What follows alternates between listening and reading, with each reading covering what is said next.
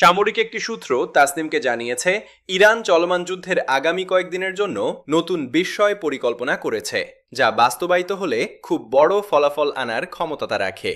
সূত্রটি আরও যোগ করেছেন, যুক্তরাষ্ট্রের প্রেসিডেন্ট ডোনাল্ড ট্রাম্প তার সমস্ত সামরিক বিকল্পের ব্যর্থতা প্রত্যক্ষ করছেন এবং এখন তিনি এই চক্রবাধা পরিস্থিতি থেকে বের হওয়ার উপায় খুঁজছেন। এজন্য তিনি তার যুদ্ধকে পালানো জাহাজ থেকে সোশ্যাল মিডিয়ায় নিয়ে এসেছেন, সূত্রটি উল্লেখ করেছে। ইরানের অঞ্চলের মধ্যে মার্কিন যুদ্ধজাহাজের বিরুদ্ধে অভিযানকে ইঙ্গিত করে ট্রাম্প জানেন যে তার আক্রমণাত্মক ও প্রতিরক্ষামূলক সামরিক গোলাবারুদ খুব খারাপ অবস্থায় রয়েছে, সূত্রটি বলেন। ট্রাম্পের সামরিক বিজয় ও হরমুজ প্রণালীর উপর নিয়ন্ত্রণ নেওয়ার কোনো আশা নেই।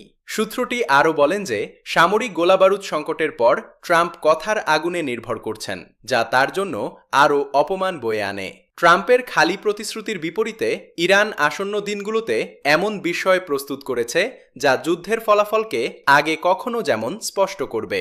সূত্রটি জোর দিয়ে বলেছেন, ট্রাম্প যেন কিছুক্ষণ তার ফোন ও সোশ্যাল মিডিয়ার দিকে তাকানো বন্ধ করে শুধু আকাশ, শেয়ার বাজার এবং তেলের দামের দিকে চোখ রাখেন।